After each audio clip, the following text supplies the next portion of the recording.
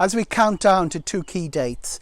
June the 15th, D-Day across Europe, the borders open, and July the 1st, when 40% of Ryanair's fleet returns to the sky, we're getting a clearer picture of what some of the other airlines are doing.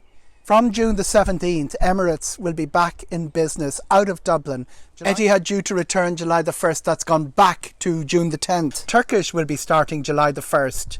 And of course, Qatar have been flying from Doha throughout this crisis, keeping the eastbound routes open. Westbound, Aer Lingus have been doing something similar. Chicago, Boston and New York open. July the 2nd, we will see Air Canada return. July the 8th, we'll see American Airlines return to Chicago. United starting July the 7th, Delta likely to follow.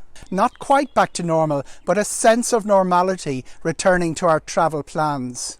The passport issue, if not resolved, likely to be progressed next week when they start processing passport applications again.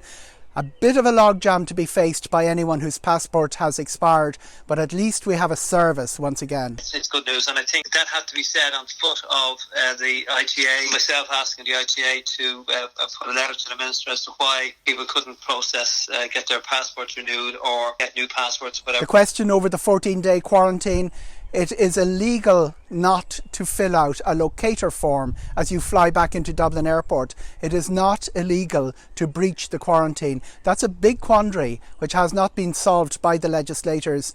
And although there may be movement on this, the quarantine itself is up for review on June the 18th. And a new concept, air bridges. Some ideas being progressed this week, not least by Leo Varadkar in the Dáil, an agreement over air routes to countries which have low rates of infection. Obvious example inbound into Ireland would be Germany. An obvious example outbound out of Ireland would be Portugal and the Canary Islands. Trades on Lanzarote in the Canaries, indeed. Costa del Sol, Malaga.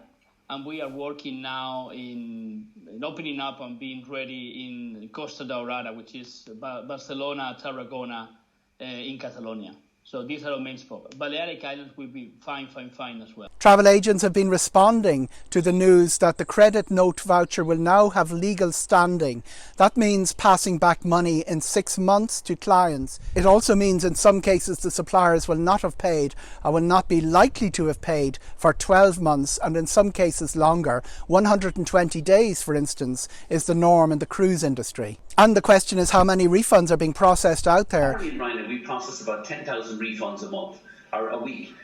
Currently, we have 35 million refunds to process. Now, the good news is we're about 40% of the way through that processing. We've already paid out more than nearly 500 million euros. We've another 600-700 million euros to go. About 60% of the refunds. We think we'll get through that over the next 10-12 weeks. So we're assuring everybody your refund is safe. The trade are processing the refunds as fast as it can. Some good news for those whose flights were not cancelled, and for those who cancelled their own flights. Refunds have been paid out in some cases, but again, this is being done on a case-by-case basis. And the key to tell clients is that if you look for a date change or a voucher, it's something that can be processed automatically by the system. If you look for a refund, there has to be human intervention for audit purposes, and there are not enough humans to intervene at present. And how are bookings going? Not unexpectedly, a little bit of excitement created by the Ryanair seat sale. They doubled last week and they've doubled again this week.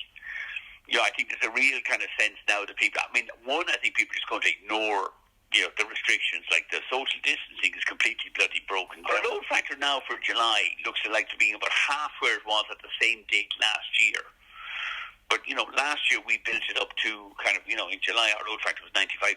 A large volume of bookings, of which would be the traditional July-August stuff here coming in from the UK. What's interesting is the skeleton service in the last 2 weeks, Eoghan, has gone from about a 20% load factor to a 40% load factor. Now, that's still reasonably small, but people are back moving again. We have flights going to Lisbon and places that are running with sort of 80% load factors. Now, we're only running 30 or 40 flights a day. But for the last 10 days of June, we started flying 60 aircraft a day. And then from the 1st of July, we go to 1,000 daily flights spread across, about 200 aircraft. I think O'Leary's media efforts will help our business.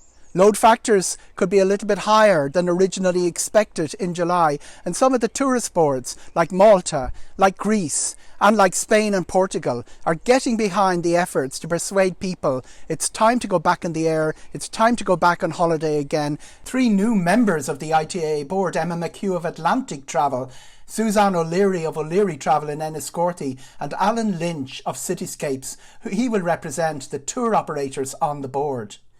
Michael Dourley is the new president of the Irish Travel Agents Association. He will be elected at the AGM on June 17th. Clarify situations where consumers are entitled to a refund from the airlines and should get that refund. There are a number of situations that need clarification, but I think Pat and his committee are doing a superb job on that. So But I believe now it's a critical time for the ITA to demonstrate that we have teeth and a voice, and the voice of the industry in Ireland. The ITA is a strong voice of the industry, of lobbying of what it can do between the credit note and all of that. So it's been a great success there from that point of view.